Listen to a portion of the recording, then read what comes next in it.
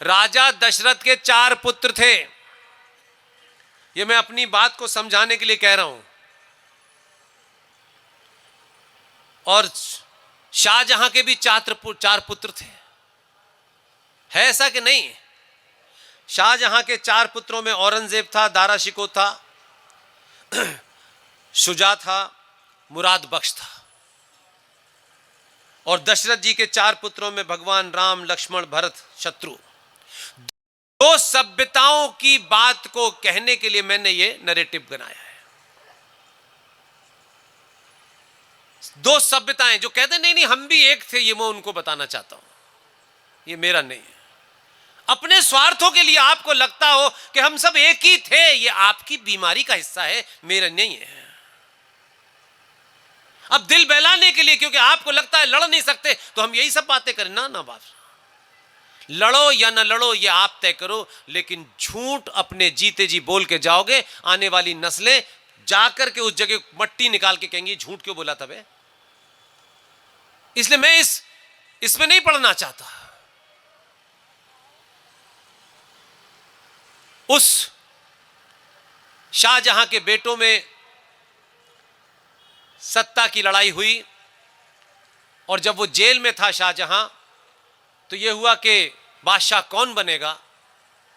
तो भाइयों के अंदर झगड़ा हुआ, और उस झगड़े के अंदर दारा शिकोह को राजा घोषित कर दिया।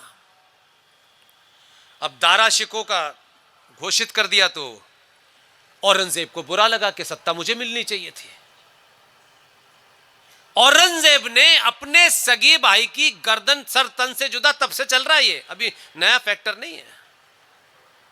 उसकी गर्दन काटी, थाली में सजाई और शाहजहां को जेल में भिजवा दिया कि मैं राजा बनूंगा। ये कैसे बन सकता है? अब 2 सभ्यताओं को आप कंपेयरिंग करें कि पिता ने किसी को घोषित किया, एक भाई ने उसकी गर्दन काट के पिता को भेज दी कि ये नहीं मैं बनूंगा। और आपकी परंपरा में क्या हुआ? भगवान राम, लक्ष्मण, भरत,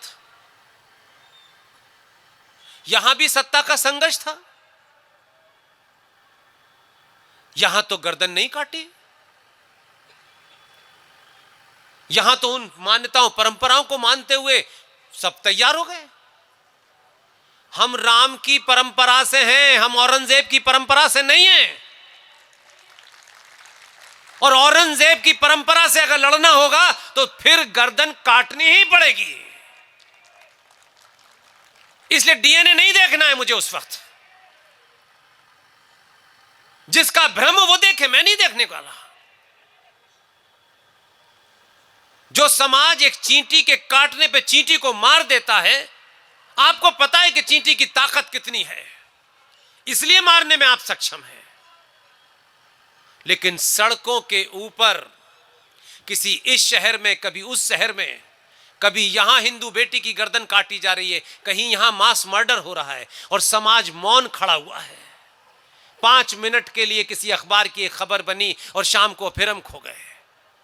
एक बेटी दिल्ली विश्वविद्यालय की पढ़ी हुई, उस विद्यालय की एक्स प्रेसिडेंट रही हुई, एक पार्टी की कार्यकर्ता थी, एक संगठन से संबंध रखती थी। उस बेटी ने खुलेआम पब्लिकली सच को सच कहने की हिम्मत जुटाई, पूरा समाज मौन हो गया। और उस बेटी को अपने घर में 2.5 साल से नजरबंद होना पड़ा। ये जो दुनिया में पाखंड करते हैं ना, सच बोलना चाहिए। हम सच बोलते हैं, जब सच बोलने की जरूरत आई तो पूरा कायर समाज नुपुर शर्मा के साथ नहीं खड़ा हुआ। ज्ञान बहुत बांटा हमने। आप नहीं चाहते कि हमारे यहां बहादुर पैदा हो, आप तो चाहते हो दलाल बिके हुए लोग पैदा हो ताकि हमारी दुकान चले। माफ करिएगा, इस समाज ने कभी बहादुर के साथ नहीं खड़े हुए, न भगत सिंह के साथ खड़े हुए, न सावरकर के साथ खड़े हुए, न आजाद के साथ खड़े हुए, न सुभाष के साथ आप खड़े हुए। बस सिर्फ आप अब तस्वीर लगा दोगे उसके जाने के बाद, वाह वाह, और माला चढ़ाओगे कि ये हमारे पूर्वज थे। ये तस्वीरें लगाने का फैशन ये है कि जो तुम्हारे पूर्वज थे वही तुमको बने रहना है। और इतने दूर तक चले गए हैं कि कोई आने के बाद आपके असली पूर्वजों की मूर्तियां लगा रहा है तो कुछ लोगों के पेट में दर्द हो रहा है। ये मूर्तियां इसलिए नहीं लगाई जाती,